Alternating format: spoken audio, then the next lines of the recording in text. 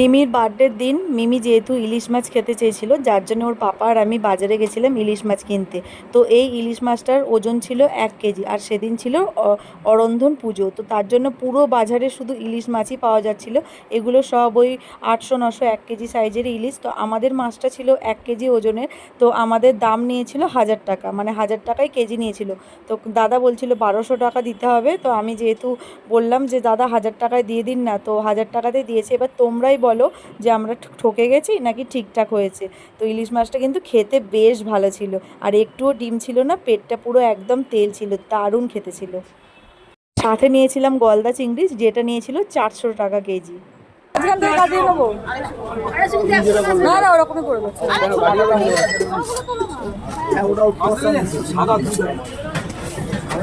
আবার চলে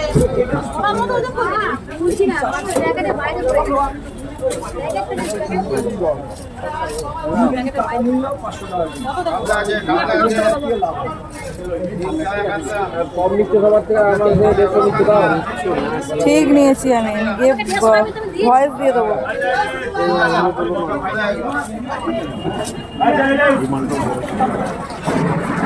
হাতির মতো চেহারা ইলিশ মাছের 800 টাকা ইলিশ, 800 টাকা।